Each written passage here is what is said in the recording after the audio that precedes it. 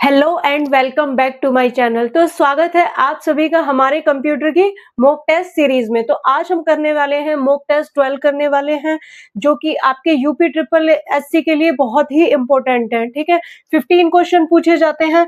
Most important question हम करा रहे हैं, जो कि आपको बहुत ज्यादा हेल्प मिलेगी एग्जाम के लिए। ठीक है, बहुत इंपॉर्टेंट क्वेश्चन है ये। तो चलिए बात करें कि फर्स्ट क्वेश्चन है हमारे पास, which vacuum tube based computer was the first to implement John von Neumann store program concept. तो जो वैक्यूम ट्यूब पर आधारित कौन सा कंप्यूटर जॉन वॉन न्यूमन के स्टोर प्रोग्राम सिद्धांत को लागू करने वाला पहला कंप्यूटर था। ठीक है, तो वो कौन सा था? वो था आपका एडवेक।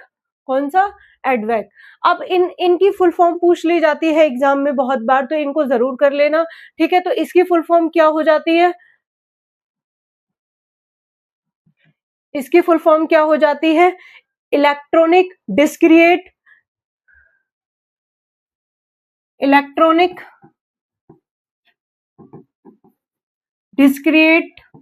Variable automatic computer. क्लियर है? Automatic computer. तो यहाँ इसकी ये फुल फॉर्म पूछ ली जाती है। ये एक ऐसा पहला कंप्यूटर था जिसने स्टोर्ड प्रोग्राम कॉन्सेप्ट क्या किया था? स्टोर्ड प्रोग्राम कॉन्सेप्ट को अपनाया था। क्लियर है? ये एक ऐसा पहला कंप्यूटर था। तो ये भी क्वेश्चन पूछ लिया जाता है कि जो एडवेक है वो कब आया था? ठीक है, और किसके द्वारा आया था? तो ये आया था आपका 1945 में आया था। ठीक है, कब आया था? 1945 में आया था। और ये किसके द्वारा आया था? जॉन वॉन न्यूमन के द्वारा आया था। ठीक है, क्लियर है? इस टाइप के क्वेश्चन क्या है, पूछ लिए जाते हैं।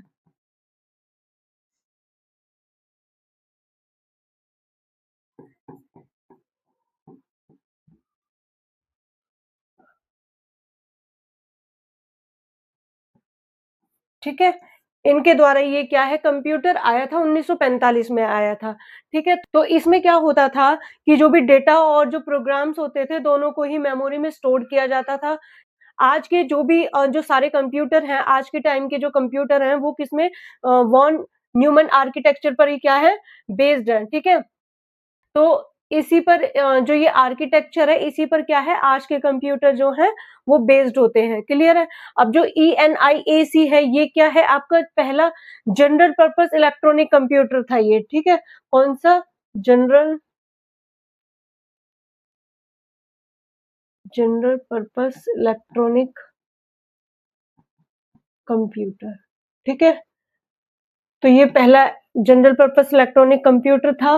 और जो आपका यूनिवैक है, ठीक है, यूनिवैक फर्स्ट क्या है, आपका पहला commercial computer. Clear? First commercial computer, ये याद रखना, एग्जाम में पूछा जाता है। और जो एनालिटिकल इंजन होता है, ये क्या होता है, जो चार्ल्स बेबेज के द्वारा आया था। ठीक है, ये जो प्रस्ताव है एनालिटिकल इंजन है, ये किसके द्वारा आया था? चार्ल्स बेबेज के द्वारा आया था। इस टाइप का क्वेश्चन पूछ लिया जाता है। ये मैकेनिकल कंप्यूटर था। ठीक है, कौन सा? Mechanical computer. क्लियर है? ठीक है, चलिए नेक्स्ट क्वेश्चन है कि which semiconductor based interface allow modern IT gadget to transfer data and draw power simultaneously using a reversible 24 pin connector. तो कौन सा सेमीकंडक्टर आधारित इंटरफेस आधुनिक आईटी गैजेट को एक प्रतिवर्ती रिवर्सिबल, ठीक है, 24 पिन कनेक्टर का उपयोग करके डेटा ट्रांसफर करने और एक साथ पावर लाने की अनुमति देता है? तो वो कौन सा होता है? वो हो जाता है आपका USB टाइप सी। तो USB टाइप सी क्या होता है? ये एक 24 पिन रिवर्सिबल कनेक्टर होता है। ठीक है, क्या होता है? रिवर्सिबल 24 पिन कनेक्टर होता है। इसमें क्या होता है, इसे किसी भी दिशा में क्या है, लगाया जा सकता है। ठीक है, इसको किसी भी दिशा में लगाया जाता है। ये डेटा ट्रांसफर और पावर सप्लाई दोनों में क्या करता है, समर्थन करता है। किसमें? डेटा ट्रांसफर और पावर सप्लाई, दोनों में ये क्या करता है, समर्थन करता है। क्लियर है? तो ये किसके लिए ज़्यादा उपयोग किया जाता है? फास्ट चार्जिंग के लिए और हाई स्पीड डेटा ट्रांसफर के लिए इसको ज़्यादा उपयोग किया जाता है। ठीक है? किसके लिए? किसके लिए किया जाता है? फास्ट चार्जिंग के लिए और हाई स्पीड डेटा ट्रांसफर के लिए इसको यूज़ किया जाता है। ठीक है? तो जो आधुनिक मोबाइल, लैपटॉप या टैबलेट में क्या है कि सबसे अधिक पोर्ट यही पोर्ट मिलता है। क्लियर है? सबसे अधिक यही पोर्ट मिलता है। तो इसका आंसर हो जाएगा आपका ऑप्शन नंबर बी करेक्ट हो जाएगा। क्लियर है? तो बात करें कि जो एचडीएमआई है, ये क्या है? ये ऑडियो और वीडियो ट्रांसफर के लिए इसको यूज़ किया जाता है। ठीक है? ऑडियो और वीडियो ट्रांसफर के लिए इसको यूज किया जाता है। और जो वीजीए होता है, ठीक है, तो ये क्या है? हाई स्पीड इंटरफेस होता है। क्लियर है? चलिए नेक्स्ट क्वेश्चन है कि what is the technique called where the operating system allocate a portion of the hard disk to act as an extension of the main memory RAM। तो उस तकनीक को क्या कहा जाता है जिसमें ऑपरेटिंग सिस्टम मुख्य मेमोरी रैम के विस्तार के रूप में कार्य करने के लिए हार्ड डिस्क के एक हिस्से को आवंटित करता है? तो वो कौन सा होता है? जो आवंटित करता है वो आपका हो जाता है वर्चुअल मेमोरी। क्लियर है? कौन सा हो जाता है? वर्चुअल मेमोरी हो जाता है। ठीक है? तो जो वर्चुअल मेमोरी होता है वो हार्ड डिस्क का एक भाग रैम की तरह ही क्या है? उपयोग किया जाता है। हार्ड डिस्क का जो एक भाग होता है उसको रैम की तरह ही क्या किया जाता है? उपयोग किया जाता है। तो रैम कम होने पर क्या होता है? जो ऑपरेटिंग सिस्टम में वर्चुअल मेमोरी का उपयोग किया जाता है। ठीक है? किसका? वर्चुअल मेमोरी का उपयोग किया जाता है। तो इसमें क्या होता है कि इससे जो बड़े-बड़े प्रोग्राम होते हैं वो भी क्या है? आसानी से चल सकते हैं। तो इसमें क्या होता है कि जो पेजिंग और स्वैपिंग तकनीकों का उपयोग किया जाता है। तो इसमें पूछा है कि उस तकनीक को क्या कहते हैं? तो उसको क्या कहते हैं? कौन-सी तकनीक का यूज़ किया जाता है? पेजिंग और स्वैपिंग। क्लियर है? इन 2 तकनीक का क्या है? इसमें यूज़ किया जाता है। ठीक है? यूज़ किया जाता है इन 2 तकनीक का। तो इससे जो सिस्टम की जो कार्य क्षमता होती है वो क्या रहती है? बनी रहती है। हालाँकि ये क्या होता है? रैम से बहुत धीमी होती है। क्लियर है? अब बात करें जो कैश मैनेजमेंट होता है, कैश मैनेजमेंट क्या होता है? ये सीपीयू की गति को बढ़ाने के लिए एक कैश का प्रबंधन करता है। ठीक है? और जो पेजिंग होता है, ठीक है? मेमोरी मैनेजमेंट की ये क्या है? टेक्निक है।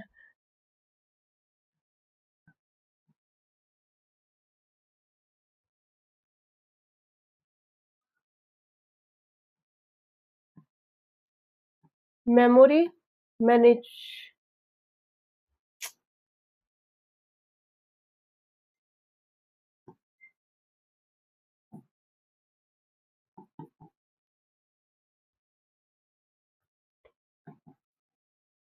क्लियर है? तो ये मेमोरी मैनेजमेंट टेक्निक होती है। और जो स्पूलिंग होता है, स्पूलिंग क्या होता है? प्रिंट जॉब वगैरह कोई में जो रखने की तकनीक होती है उसे स्पूलिंग बोलते हैं। क्लियर है? चलिए नेक्स्ट क्वेश्चन है कि which automation technology uses software board to mimic human action and automate repetitive rule based digital task. तो कौन सी ऑटोमेशन तकनीक मानवीय कार्यों की नकल करने और दोहराव वाले नियम आधारित डिजिटल कार्यों को स्वचालित करने के लिए सॉफ्टवेयर बोर्ड्स का उपयोग करती है? ठीक है? तो वो कौन सा हो जाता है? वो हो जाता है आपका आरपीए। ठीक है? आरपीए इसकी फुल फॉर्म क्या हो जाएगी? Robotic process automation. एग्जाम में बार-बार आरपीए से क्वेश्चन पूछा जाता है। क्लियर है? तो जो रोबोटिक प्रोसेस ऑटोमेशन होता है ये क्या होता है? सॉफ्टवेयर बोर्ड्स का उपयोग करता है। किसका? सॉफ्टवेयर बोर्ड्स का उपयोग करता है।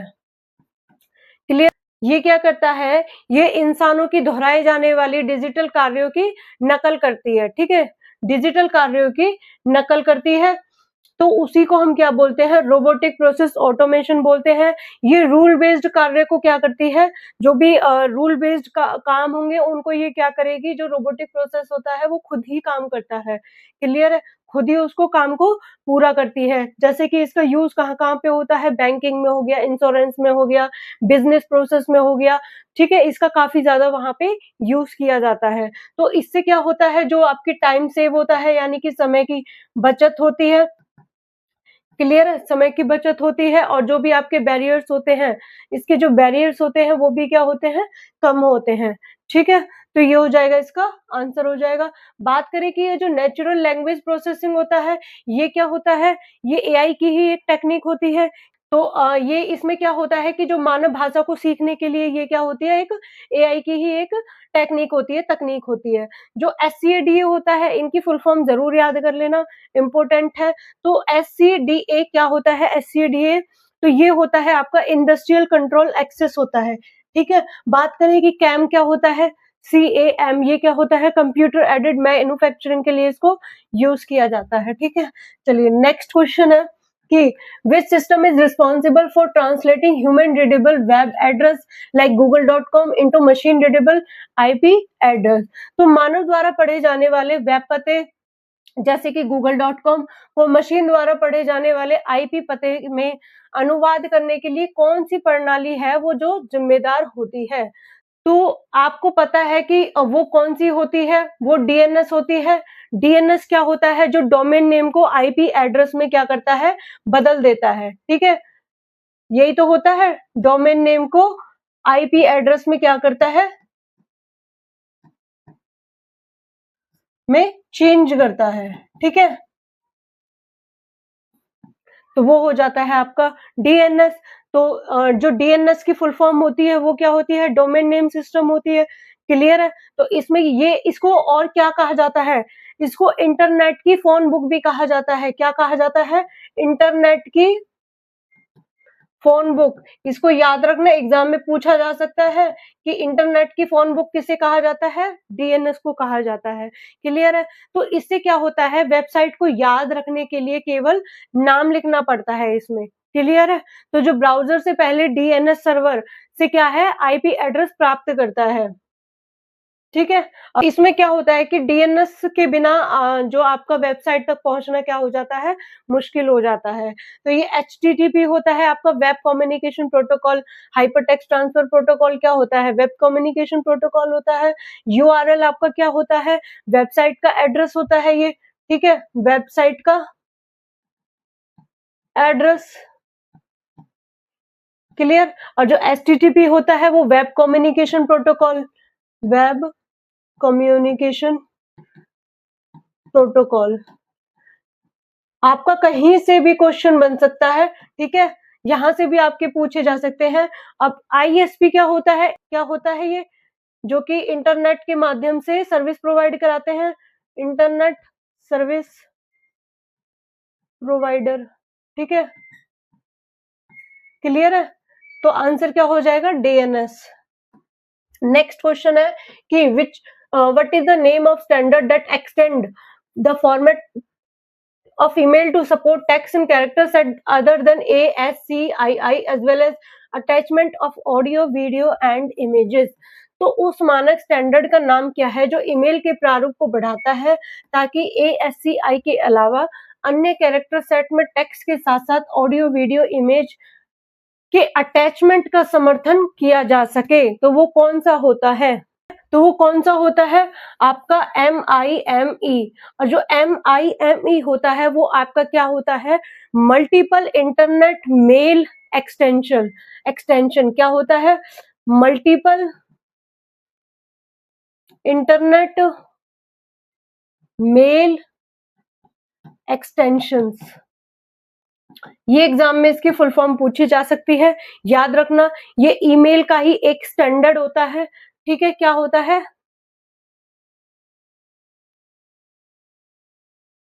क्लियर है, ईमेल का ही एक स्टैंडर्ड होता है। ये जो ASCII होता है, इसके अलावा जो अन्य भाषाएं होती हैं, ठीक है, जैसे कि यूनिकोड वगैरह, तो उसमें क्या करता है, ये टेक्स्ट भेजने की एक सुविधा देता है। ठीक है, सुविधा प्रोवाइड कराता है। जो MIME है इसकी सहायता से इसकी सहायता से इमेज, वीडियो, ऑडियो और जो सी अटैचमेंट में जैसे पीडीएफ वगैरह, इन सभी फाइलों की क्या की जा सकती है, इनको अटैच की जा सकती है। क्लियर है? तो किसके द्वारा? MIME की वजह से। क्लियर है? तो जो ईमेल के जो कंटेंट टाइप को पहचानने में भी ये क्या करती है, हेल्प करती है। ठीक है? इसमें सारी जो आपकी अभी ईमेल्स वगैरह हो गई, MIME स्टैंडर्ड का उपयोग करती हैं। क्लियर है? पीओपी आपका क्या हो जाता है, ये जो आपका रिसीव करने का, ईमेल को रिसीव करने का ही एक ये क्या होता है, प्रोटोकॉल होता है। मैंने हर बार आपको ये हर बार ऑप्शन में रखती हूँ और मैं हर बार ही आपको ये बताती हूँ। ठीक है? एग्जाम में पूछा जा सकता है। ये सिंपल मेल ट्रांसफर प्रोटोकॉल होता है। ठीक है? मेल को भेजने के लिए, ट्रांसफर करने के लिए एक ये क्या है, प्रोटोकॉल है। IMAP क्या होता है, आपका सर्वर पर जो ईमेल प्रबंधित करने का एक ये क्या होता है, प्रोटोकॉल होता है। ठीक है? चलिए नेक्स्ट क्वेश्चन है कि which unified mobile application developed by the ministry of electronics and information technology provide access to central and state government service. तो इलेक्ट्रॉनिक और सूचना प्रौद्योगिकी मंत्रालय द्वारा विकसित कौन सा एकीकृत मोबाइल एप्लीकेशन केंद्र और राज्य सरकार की सेवाओं तक पहुंच प्रदान कराता है? तो वो कौन सा होता है? तो वो आपका हो जाता है कौन सा, उमंग। क्लियर है? कौन सा हो जाता है, उमंग हो जाता है। इसकी फुल फॉर्म पूछ ली जाती है। उमंग की जो फुल फॉर्म होती है वो क्या होती है, यूनिफाइड, क्या होती है, यूनिफाइड, यूनिफाइड मोबाइल एप्लीकेशन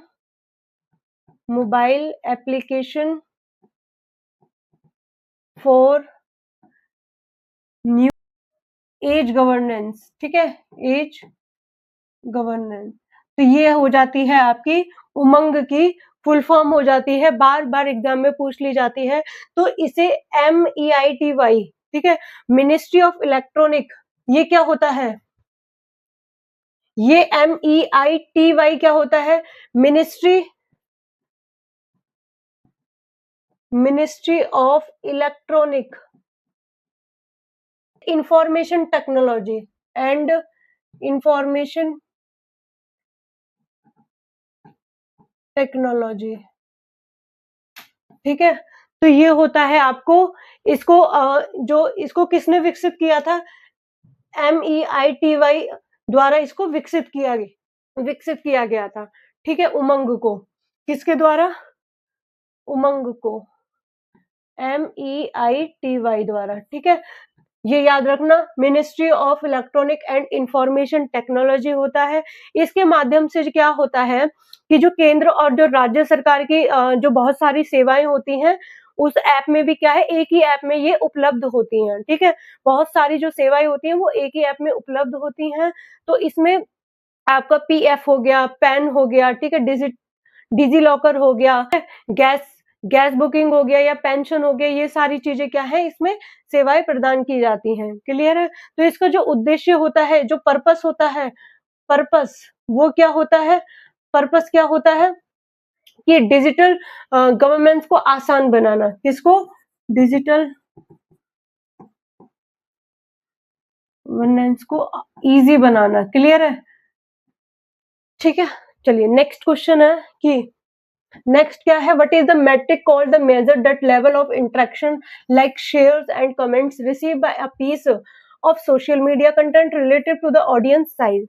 तो उस मेट्रिक को क्या कहा जाता है जो दर्शकों के आकार का के सापेक्ष सोशल मीडिया कंटेंट के किसी टुकड़े द्वारा प्राप्त इंटरेक्शन लाइक शेयर कमेंट के स्तर को मापता है। तो वो क्या होता है, ठीक है, तो वो क्या होता है, वो हो जाता है आपका एंगेजमेंट रेट होता है, जो कि जो कि सोशल मीडिया पर यूजर की क्या करता है, सहभागिता को मापता है। ठीक है? जिसमें क्या होता है, इसमें लाइक हो गया, कमेंट हो गया, शेयर हो गया, ये सारी चीजें क्या होती हैं, शामिल होती हैं। ठीक है? तो इसमें क्या होता है कि जो ऑडियंस के साइज के ही अकॉर्डिंग एंगेजमेंट का ये क्या करता है, प्रतिशत बताता है, परसेंट बताता है। ठीक है? तो ज्यादातर जो एंगेजमेंट रेट का मतलब क्या होता है, एंगेजमेंट रेट का ज्यादातर मतलब होता है जो भी कि जो कंटेंट लोगों को पसंद आ जाए। ठीक है? कि लोगों को जो भी है आपका कंटेंट पसंद आ जाए। ठीक है? और जो रीच रेट होता है वो क्या होता है कि कितने लोगों तक वो जो रीच रेट होता है कि कितने लोगों तक ये क्या है, पोस्ट हमारी पहुंची है, वो रीच रेट होता है। इंप्रेशन रेट क्या होता है कि पोस्ट कितनी बार दिख गई है, ठीक है, पोस्ट जो है वो कितनी बार दिखी है। और जो क्लिक थ्रू रेट, ये क्या होता है कि लिंक पर क्लिक होने की ये दर होती है, ठीक है। नेक्स्ट क्वेश्चन है,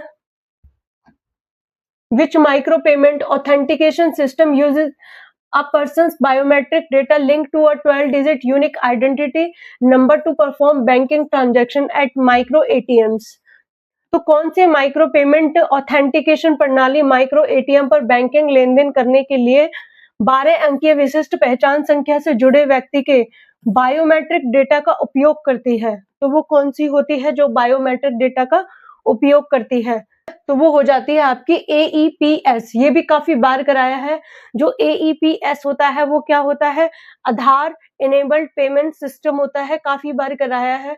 इसकी फुल फॉर्म पूछ ली जाती है, आधार इनेबल्ड पेमेंट सिस्टम। क्लियर? तो ये इसकी फुल फॉर्म होती है। ये क्या, ये किस पर होता है, बेस्ड होता है? ये बैंकिंग प्रणाली पर बेस्ड होता है। किस पर? बैंकिंग पर, बैंकिंग प्रणाली पर ये बेस्ड होता है। तो इसमें जो 12 अंकीय यानी कि आधार नंबर और बायोमेट्रिक ऑथेंटिकेशन का उपयोग किया जाता है। किसका उपयोग किया जाता है? आधार नंबर और बायोमेट्रिक ऑथेंटिकेशन का, ठीक है, याद रहेगा।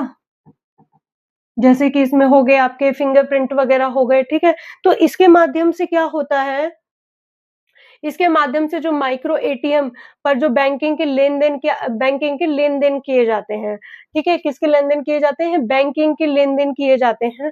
तो जैसे कि नकद निकासी हो गया, बैलेंस की जांच हो गई, ठीक है, फंड को ट्रांसफर करना हो गया। तो ये सारी सुविधाएं किसके अंडर आती हैं? AEPS के अंडर आती हैं, क्योंकि ये उपलब्ध कराती हैं। तो अब एक क्वेश्चन पूछ लिया जाता है कि AEPS है, ये किसके द्वारा विकसित हुआ था, किसके द्वारा ये संचालित हुआ था? तो याद रखना, ये किसके द्वारा हुआ था? NPCL के द्वारा ये हुआ था, ठीक है। काफी बार बताया है, ये पूछ लिया जाता है एग्जाम में। क्लियर है? तो चलो बात करते हैं कि इसका तो पता चल गया आपको कि AEPS होता है, ये इसका आंसर होता है, ठीक है। बात करें जो IMPS होता है, IMPS होता है, ये क्या होता है कि तत्काल बैंक ट्रांसफर की इसमें सर्विस प्रोवाइड की जाती है, ठीक है, बैंकिंग की सर्विस। और जो RTGS होता है, इसमें क्या होता है कि जो बड़े मूल्य पर जो फंड ट्रांसफर के लिए इसको यूज किए जाते हैं, जो भी आपका बड़ा मूल्य होता है, बड़े पैसे होते हैं, ज्यादा पैसे होते हैं, उनको ट्रांसफर करने के लिए इसका यूज किया जाता है। और जो USSD होता है, वो बिना इंटरनेट मोबाइल बैंकिंग ये क्या करता है, सेवा प्रोवाइड कराता है, ठीक है। क्लियर? नेक्स्ट क्वेश्चन है कि which paradigm to computing involve processing data closer to the source where it is generated like IoT devices rather than relying on a centralized cloud data center. तो computing के किस प्रतिमान paradigm में data को एक केंद्रीकृत क्लाउड डेटा सेंटर पर निर्भर रहने के बजाय उस स्रोत के करीब प्रोसेस किया जाता है जहां ये उत्पन्न होता है, जैसे कि IoT डिवाइस। तो वो कौन सा होता है, मैंने कल भी आपको बताया था, वो कौन सा होता है? एज कंप्यूटिंग होता है। क्लियर है? एज कंप्यूटिंग में क्या होता है कि डेटा को उसके स्रोत यानी कि एज डिवाइस के पास ही प्रोसेस किया जाता है, ठीक है। किसके पास? एज डिवाइस के पास ही,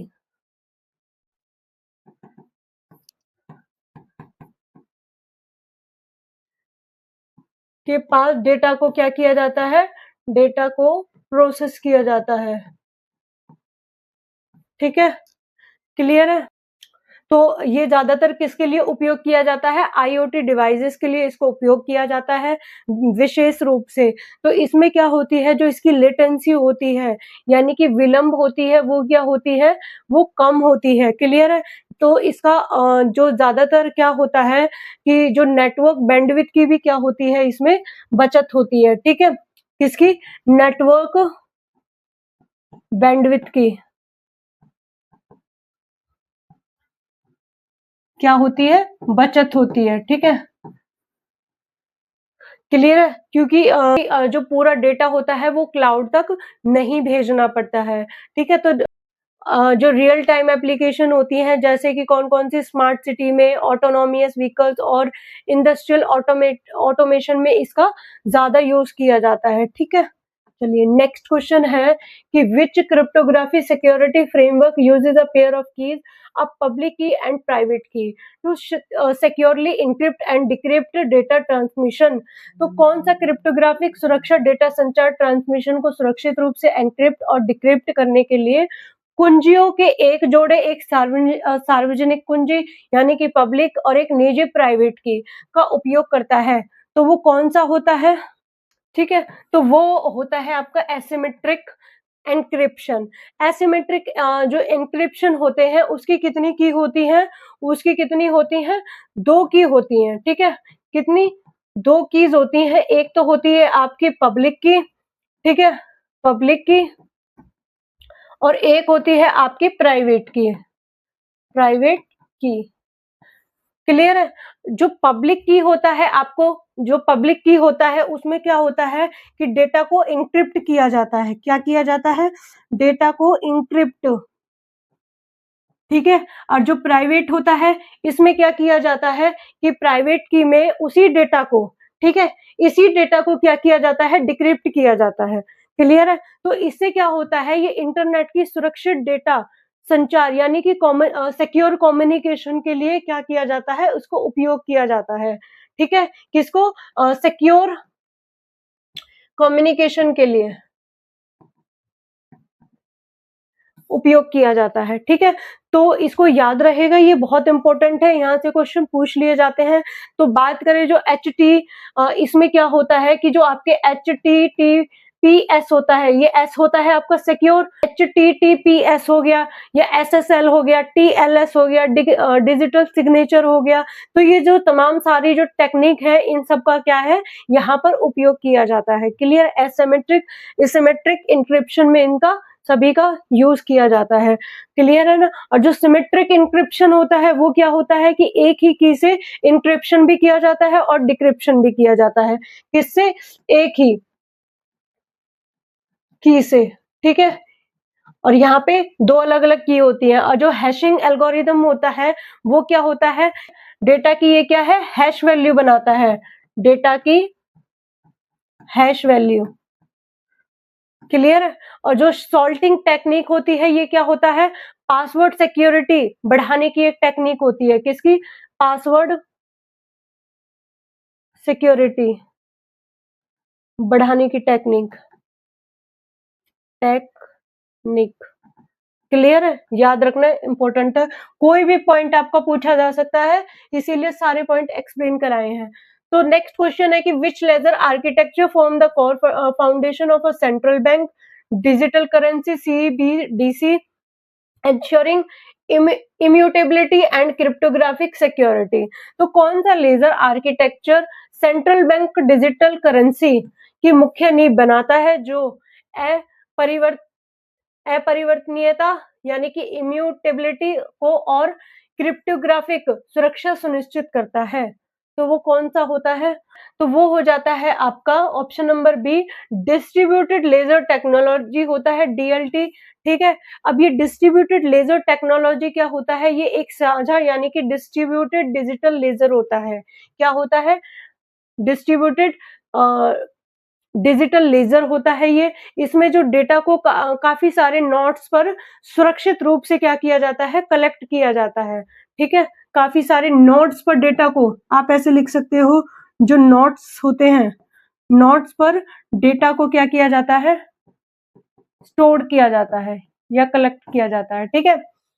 क्लियर है। जैसे कि हो गया यहाँ पे जो इम्यूटेबिलिटी होता है, ये जो कि आपकी क्या होता है, डेटा में छेड़छाड़ ना होना, वो ये क्या करता है, सुनिश्चित करता है कि इसका मतलब क्या होता है कि डेटा में छेड़छाड़ ना होना, डेटा में छेड़छाड़ ना होना, ये सुनिश्चित करता है। क्लियर है? तो इसमें क्या होता है कि जो क्रिप्टोग्राफी द्वारा डेटा की सुरक्षा की जाती है, किसके द्वारा? क्रिप्टोग्राफी के द्वारा। क्लियर है? क्रिप्टोग्राफी के द्वारा। तो जो सीबीडीसी होता है आपका, क्लियर है? जो सीबीडीसी होता है या ब्लॉकचेन होता है, ठीक है? उसके बेस्ड पर ये क्या करता है? प्रणालियों की प्रमुख तकनीक डीएलटी है। क्लियर है? ठीक है, चलिए नेक्स्ट क्वेश्चन है कि which network device operate at the network layer 3 of the OSI model and make forwarding decision based on logical IP address. तो कौन सा नेटवर्किंग डिवाइस ओएसआई मॉडल की नेटवर्क लेयर 3 पर काम करता है और लॉजिकल आईपी पतों के आधार पर फॉरवर्डिंग निर्णय लेता है? तो वो कौन सा होता है जो फॉरवर्डिंग निर्णय ले लेता है? ये क्वेश्चन कल भी कराया था, तो वो आपका होता है रूटर, जो कि आपके नेटवर्क जो लेयर 3 में आता है, ठीक है? इसमें नेटवर्क लेयर में आता है ये, नेटवर्क लेयर में। और ये ओएसआई की कौन सी लेयर होती है? ये लेयर होती है आपकी 3 लेयर होती है, ठीक है? थर्ड लेयर होती है, जो कि आपकी नेटवर्क लेयर होती है। तो इसमें क्या होता है, जो रूटर ओएसआई मॉडल की जो नेटवर्क लेयर पर ये क्या करता है? काम करता है। जो रूटर होता है वो नेटवर्क लेयर पर काम करता है। तो ये क्या करता है, जो लॉजिकल आईपी पतों के आधार पर डेटा को सही नेटवर्क तक पहुंचाने का काम करता है। क्लियर है? तो जो रूटर होता है वो अलग-अलग नेटवर्क को आपस में जोड़ता है। जो आपका रूटर होता है, जैसे कि ये डिवाइसेस होते हैं, ठीक है? ये क्या करते हैं, ये जो रूटर होता है ये सारे डिवाइसेस को क्या करता है? जोड़ने का काम करता है। तो सबसे अच्छा जो होता है, डेटा पाथ चुनने के लिए रूटिंग टेबल का उपयोग किया जाता है। किसका उपयोग किया जाता है? रूटिंग टेबल का। तो इंटरनेट पर जो डेटा पैकेट्स को आदान-प्रदान में जो करता है, आदान-प्रदान करने की जो भूमिका निभाता है, वो कौन होता है? वो रूटर होता है। ये क्या कर रहा है? डेटा को एक्सचेंज कर रहा है। किसकी वजह से? रूटर की वजह से। आंसर क्या हो जाएगा? रूटर हो जाएगा। क्लियर है? और जो नेटवर्क स्विच होता है, ये कौन से में आता है? नेटवर्क स्विच होता है, ये आपके डेटा लिंक में आता है, ठीक है? डेटा लिंक ये होता है आपका लेयर 2 में आता है। जो नेटवर्क हब होता है, ये आपके फिजिकल लेयर में आता है, ठीक है? ये आपकी फिजिकल लेयर में आ जाता है। फिजिकल ये आपकी होती है फर्स्ट लेयर, ठीक है? क्लियर है? रूटर आपकी थर्ड। ठीक है? अब जो रिपीटर होता है ये क्या काम करता है? सिग्नल को रीजनरेट करता है, मजबूत बनाता है। क्लियर है? वो आपका रिपीटर होता है। चलिए नेक्स्ट क्वेश्चन है कि which SQL constant is applied to a column to uniquely identify each record in a database table ensuring it contain no null values। तो डेटाबेस टेबल में प्रत्येक रिकॉर्ड को विशिष्ट रूप से पहचानने के लिए किसी कॉलम पर कौन सा एसक्यूएल कांस्टेंट लागू किया जाता है, ये सुनिश्चित करते हुए कि इसमें कोई शून्य यानी कि नल मान ना हो। तो वो कौन सा होता है? ठीक है, तो वो होता है आपका प्राइमरी की। कौन सा होता है? प्राइमरी की होता है। जो प्राइमरी की होता है ना, ये क्या करता है कि सारे रिकॉर्ड्स की यूनिक पहचान करती है, ठीक है? सारे रिकॉर्ड्स की क्या करती है? एक यूनिक पहचान करती है। इसमें डुप्लीकेट वैल्यू नहीं हो सकती। क्या नहीं होती? जो डुप्लीकेट वैल्यू होती है, नहीं होती है, ठीक है? ठीक है, तो इसमें जो क्या होती है, इसमें नल वैल्यू भी स्वीकार नहीं होती है। क्या नहीं होती? नल जो वैल्यू होती है यानी कि शून्य जो होती है वो भी इसमें नहीं होती है। तो प्रत्येक टेबल में क्या होता है कि एक प्राइमरी की होती है, ठीक है? क्या होती है? एक ही प्राइमरी की होती है। ये डेटाबेस की एंटिटी इंटीग्रिटी बनाए रखती है। क्या? डेटाबेस की एंटिटी इंटीग्रिटी बनाए रखती है।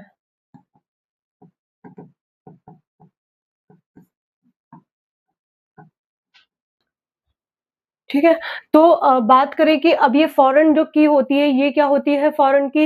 ये जो 2 टेबल होती है उनके बीच में क्या करती है? संबंध स्थापित करती है, ठीक है? 2 टेबल के बीच में। क्लियर है? और जो यूनिक की होती है, यूनिक की क्या होती है? डुप्लीकेट को रोकती है, लेकिन ये क्या करती है? नल को स्वीकार करती है। क्लियर है? क्या करती है? डुप्लीकेट को रोकती है, बट क्या करती है कि जो नल को जो नल होता है उसको एक्सेप्ट करती है, तो इसको याद रखना। और जो चेक कॉन्ट्रेंट्स होते हैं, इसमें क्या होता है कि किसी भी कॉलम पर ये क्या करती है, शर्त लागू करती है, यानी कि कंडीशन लागू करती है ये। ठीक है, तो यहाँ पे लिख देंगे कि ये कंडीशन लागू करती है किसी भी कॉलम पर। अब बात करें चलो नेक्स्ट क्वेश्चन की कि what is the binary representation of the decimal number 25। तो दशमलव संख्या 25 का बाइनरी प्रतिनिधित्व रिप्रेजेंटेशन क्या है, तो क्या होगा 25 का? इसका जो 25 का बाइनरी प्रतिनिधित्व जो होता है वो कौन सा होता है, 11001 होता है। ठीक है, कितना होता है, 11001 होता है। और इसमें जो आपका होता है बाइनरी नंबर सिस्टम में सिर्फ क्या किया जाता है, 0 और 1 को ही उपयोग किया जाता है। ठीक है, क्लियर है? तो इसमें 25 डेसिमल नंबर 25 का पूछा हुआ है। ठीक है, तो इसका बाइनरी रूप क्या हो जाएगा, 11001 हो जाएगा। तो 25 का कैसे होगा, 16 प्लस 8 प्लस, ठीक है, इस तरीके से होता है। तो इसको हम कैसे लिख सकते हैं, 2 की पावर 4, इसको 2 की पावर 3 और इसको 2 की पावर 0। तो ये क्या होता है, इसकी वैल्यू 1 होती है। ठीक है, तो ये क्या हो जाएगा, 25 हो जाएंगे ये। क्लियर है? तो ये होता है आपका 25। ठीक है, तो इसका आंसर क्या हो जाएगा, ऑप्शन नंबर ए करेक्ट हो जाएगा। इसका डेसिमल नंबर कितना होता है, 21 होता है, 28 होता है और इसका 19 होता है। क्लियर है? ठीक है, तो आज भी हमने करे हैं क्वेश्चन 15 कंप्लीट करे हैं। तो यहीं से आपके एग्जाम में क्या है, क्वेश्चन पूछे जा सकते हैं। इन क्वेश्चंस को एक बार जरूर कर लेना। क्लियर है? चलिए मिलते हैं नेक्स्ट क्लास में।